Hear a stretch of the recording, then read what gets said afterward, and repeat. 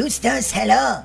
آقا بعد از پاس زهرآلود سیدعلی وافور حالا نوبت اسپک شیخ فریه که توپو همچین سرزر بکوبو تو زمین نظام. بله این شیخ حسن کلیدساز حرفو از دهن عظما قاپید و طبق معمول از زیر پل دلواپسی پیچید تو کوچه زهرخوری.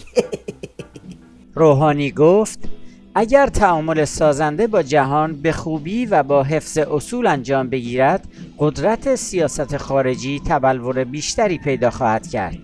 برجام یک الگو برای حل مشکلات در جهان است. این شیخ ابوالمشنگ فکر کرده خیلی زرنگه. یه حفظ اصول میگه که باهاش دلواپسا رو خر کنه، اما 2 جمله بعد دوباره میره سراغ الگوی برجام یعنی زهرخوری. بعدم از برجام به صورت یهویی کله میکنه وسط سفره برشام. قبلا هم اعلام کرده ایم حاضریم مذاکره کنیم، منوط به آن که نتیجه این مذاکرات برقراری ثبات و امنیت در کشورهای منطقه باشد. شک نداریم مسائل سوریه، یمن و بحرین راه حل سیاسی دارد و رسیدن به این راه حل تنها با تعامل سازنده امکان پذیر است. بفرمایید، اینم از اصولی که قرار حفظ بشه. بابا کدوم اصول؟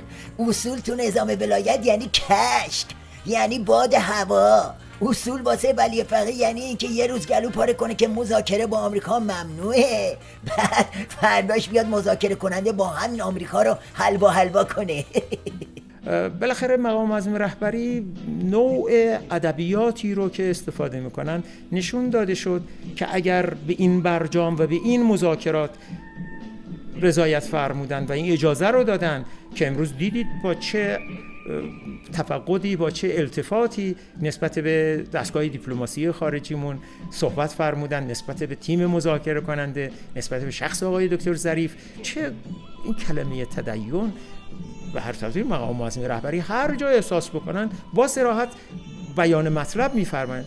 با همه اینها اشاره فرمودن که علت این که این رضایت حاصل شد برای که تحریم‌ها باید برداشته بشه. ببین پس معلومه تحریم‌ها بالاخره ما قبول بکنیم. پنجه ناپاکی گلوی ملت رو الان داره میفشره. بفرمایید، اینم از تفسیر سخنگوی باند کوسه از روضه ولی فقیه.